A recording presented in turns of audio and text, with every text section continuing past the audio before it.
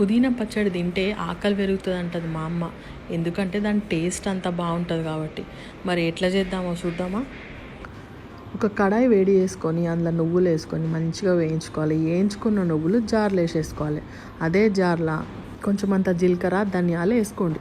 అదే కడాయిలో నూనె వేసుకొని పచ్చిమిరపకాయలు ఎల్లిపాయలు గోలించుకొని జార్లో వేసేసుకోండి. టమాటాలు పుదీనా చింతపండు 3 కలిపి మెత్తగా అయ్యేదాకా ఇదే కడాయిలో ఉడికించుకోండి. కొంచెం చల్లారినాక మనం గ్రైండ్ చేసుకుందాం. ముందు మిక్సీ జార్లో వేసుకున్న నువ్వులు పచ్చిమిరపకాయలు ఎల్లిపాయలు ఒకసారి గ్రైండ్ చేసుకొని పక్కకు పెట్టుకుందాం. దాంట్లోనే టమాటాలు కొంచెం ఉప్పు వేసి ఇంకొకసారి గ్రైండ్ చేసుకోవాలి. తర్వాత పుదీనా కూడా వేసి మెత్తగా గ్రైండ్ చేసుకోండి. దీంట్లో ఏం వాటర్ అవసరం ఉండవు. టమాటాలు ఆల్రెడీ వాటర్ ఉంటాయి కాబట్టి అయిపోతుంది. లాస్ట్లో ఒక ఉల్లిగడ్డ వేసుకొని కచ్చాపచ్చగా ఉండేటట్టు మిక్సీ తిప్పుకోవాలి. అంతే, ఇది రెడీ అయింది. ఇప్పుడు వేడి చేసుకున్న నూనెలో జీలకర్ర ఆవాలు కరివేపాకు వేసి పోపు వేసుకొని దీన్ని కలిపేసుకోవాలి. రెడీ అయిపోయింది పుదీనా పచ్చడి. మంచి స్మెల్ వస్తుంది. స్మెల్తో పాటే తినాలని కూడా అనిపిస్తుంది.